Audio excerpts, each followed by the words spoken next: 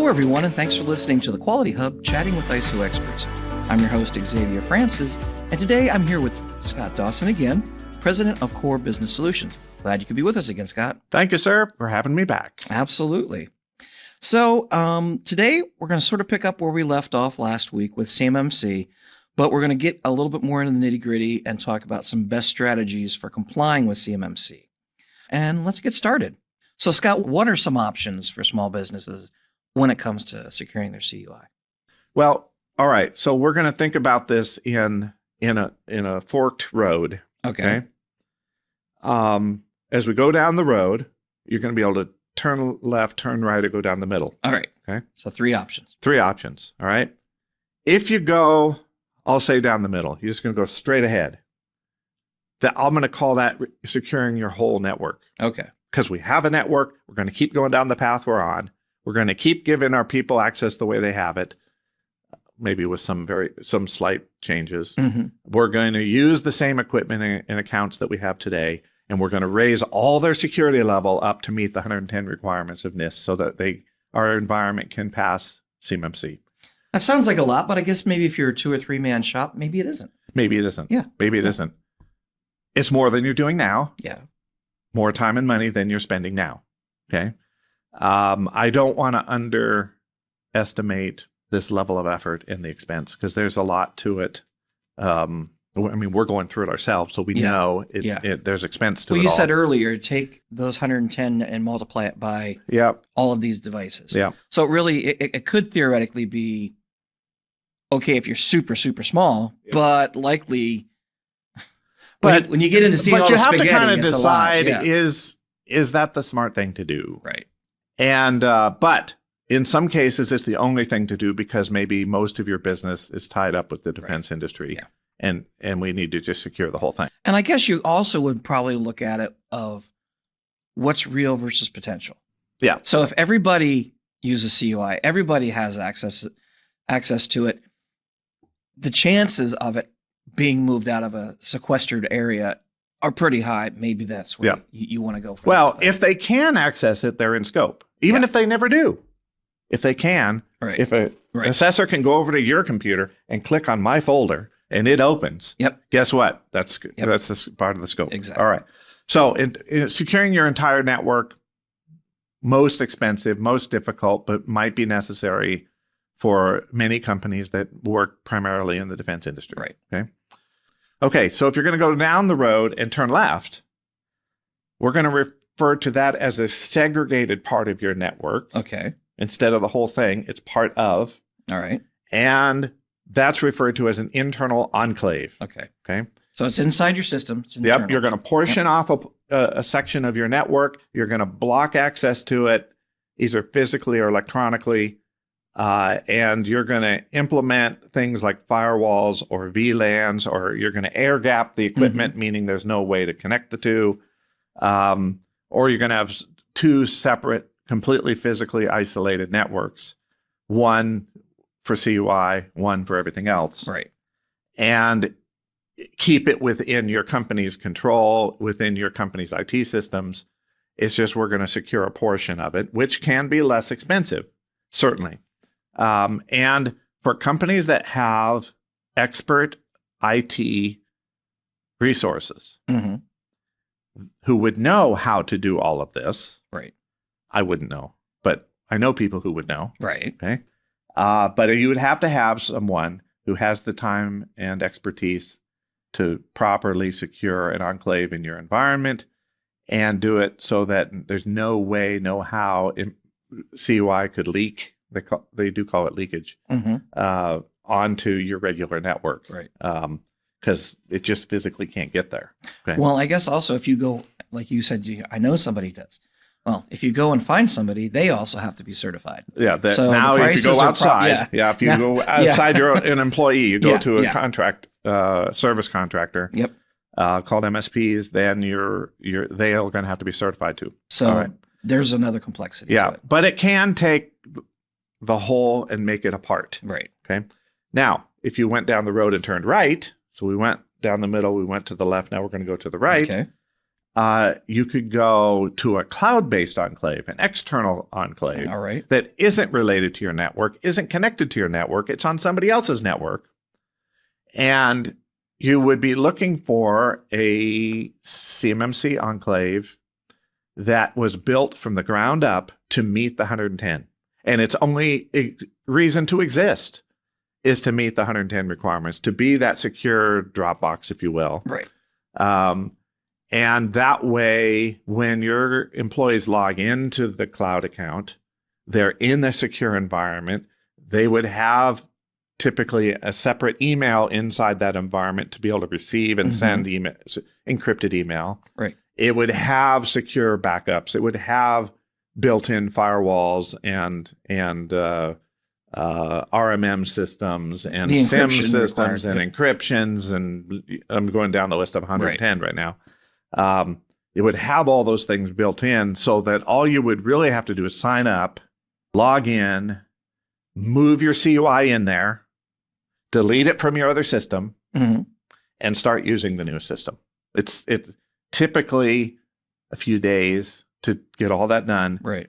And you went from 0 to hero in a few days, right? Yep. You went from Absolutely. not being able to be certified and compliant to being able to be certified and compliant.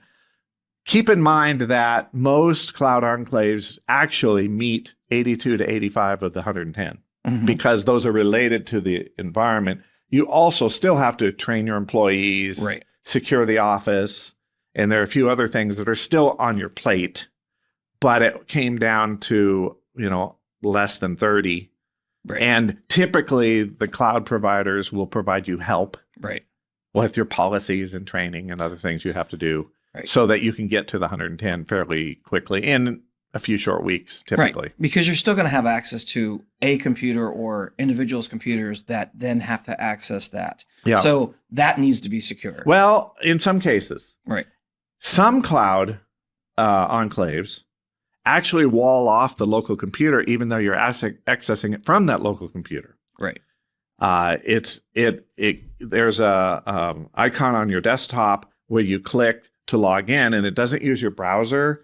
It doesn't use your regular. It uses an encrypted tunnel, if you will, Right. to the enclave, so that the information can't be saved on your local computer. Right. It can only be seen on your screen. So you're logging in on a different screen is the way you kind of think about that. Yeah. And that way, the local computer can actually be out of scope. Right.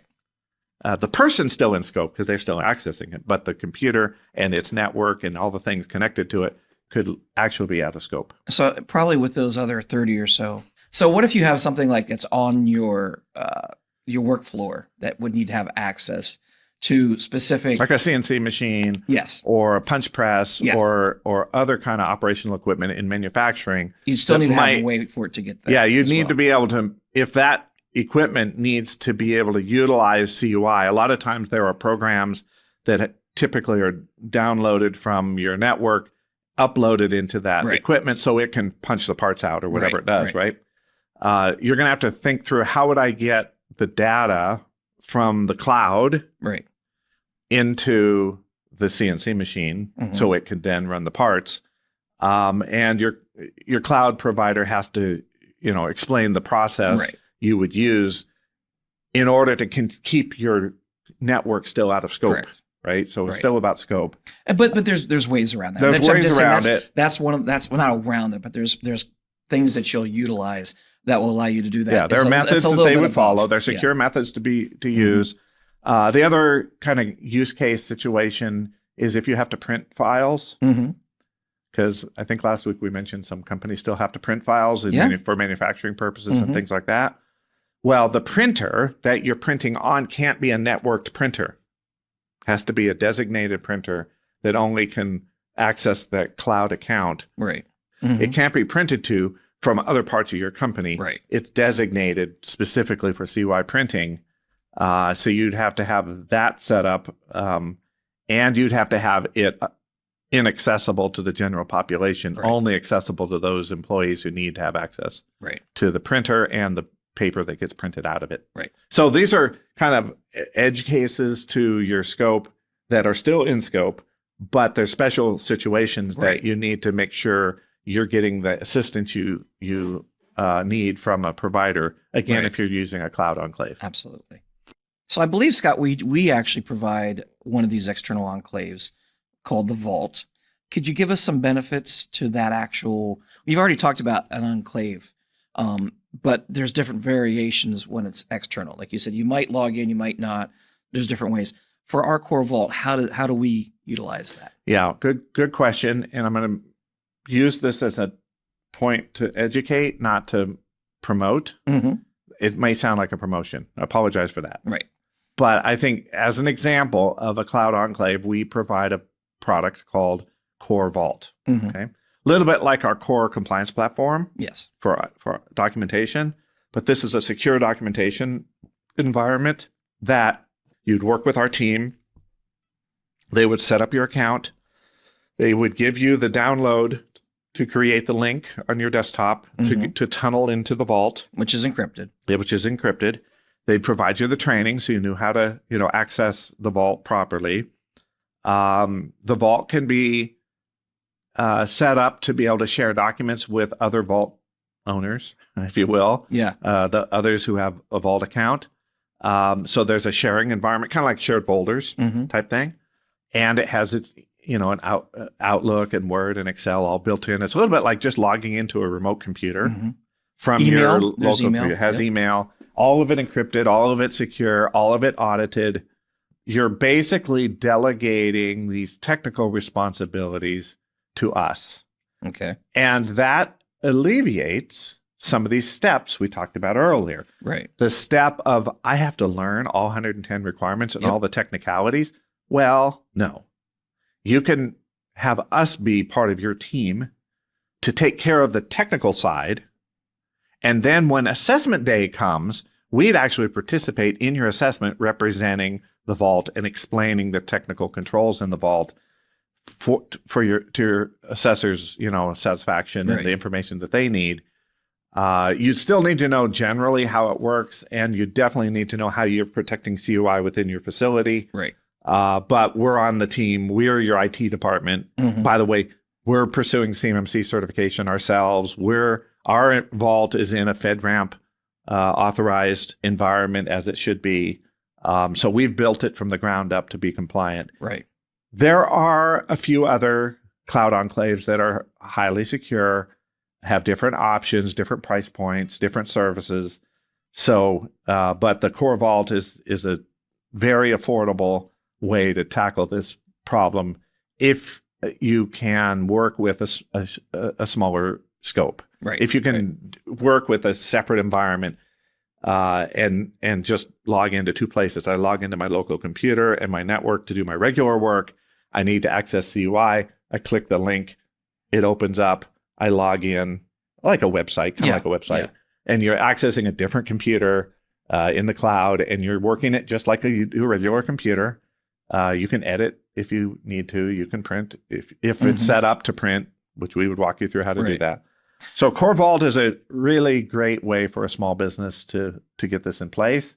Even if you don't handle CUI, we have customers who are setting up a one-user account just to have the capacity to handle CUI so they can tell their customer they're meeting the CMMC requirements, and we're going to be prepared to get certified with a little tiny scope. Yep, little itsy bitty scope, and that's stored in the AWS GovCloud, correct? Yep. So it's not like our servers are doing it. We actually have. Yeah, we're relying on the big boys to do a lot of the heavy lifting, but we manage the accounts and we add the additional protections required. Right. And we monitor it. We would report any problems. Right. We'll make sure it's all up to date. That's what you're doing is you're outsourcing. Right. Those protections. And that enclave also would stop you from doing anything that might cause you to be out of scope as well. For example, it doesn't let you save files on your local computer. Right. You just can't do it. You can't plug a USB drive in and access the vault. Right. So these are some things that we've just built in because we know we need to maintain that confidentiality of the CUI. Right. Well, Scott, this has been great. Is there anything else before we end that you'd like to talk about when it comes to strategies, scope, anything like that? again, I think it was last week, we mentioned this idea of a gap assessment, which still is a good idea. Mm-hmm. If you don't know where to start and you don't know which of the 3 roads to take, and you don't know what it's going to cost, and you don't know how close you are or how far you are from getting your computer network secure, a gap assessment is a great place to start. It's pretty low, from a budget point of view, it's pretty reasonable and pretty quick to get done. And you would kind of jump ahead in your process of preparing because go from I don't know what is going on to I know what's going on. Right. And now I can choose which path, Right. to get to which option to choose going forward and get an experienced consultant providing advice.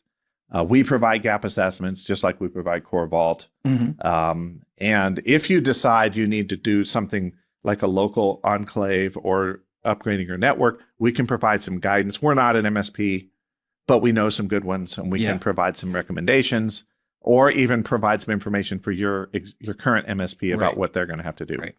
But yeah, at least you'd find out where you're at, how close, how far, what help to figure out what makes sense for your business. Yeah, exactly right. And you like I say, kind of jump forward in your preparations. Mm-hmm. And then when CMMC certifications are actually available, you could get to the front of the line and get yourself certified and qualify for that next big contract. Yeah. That 5 other places decided weren't worth it. Exactly. Well, this has been great, Scott. Really appreciate you coming out. I know this is a little different than the regular ISO and business things that we talk about, but it really is important because if you want to get involved in government contracting or you already are, this is something you have to deal with. You're going to have to tackle. But getting a better grasp on CMMC and all that a company needs to understand in dealing with this DoD information, really appreciate you talking to us today. Yeah, my pleasure. All right. And we want to thank everyone who's listened to our podcast today. We hope it's been informative for you. Now, if you're looking for more information about Core Business Solutions and how we can help you with ISO certification, cybersecurity, customized training, or CMMC, with our Vault or Gap assessment or anything like that, please email us at info@thecoresolution.com. And you can also visit our website at www.thecoresolution.com. And if you haven't already followed us on your favorite podcast platform or on YouTube, which is where you can find our other Cyber Hub podcast to keep you up to date on CMMC, be sure to do that, and that way you won't miss the next Quality Hub podcast when it's released next week. Have a great day.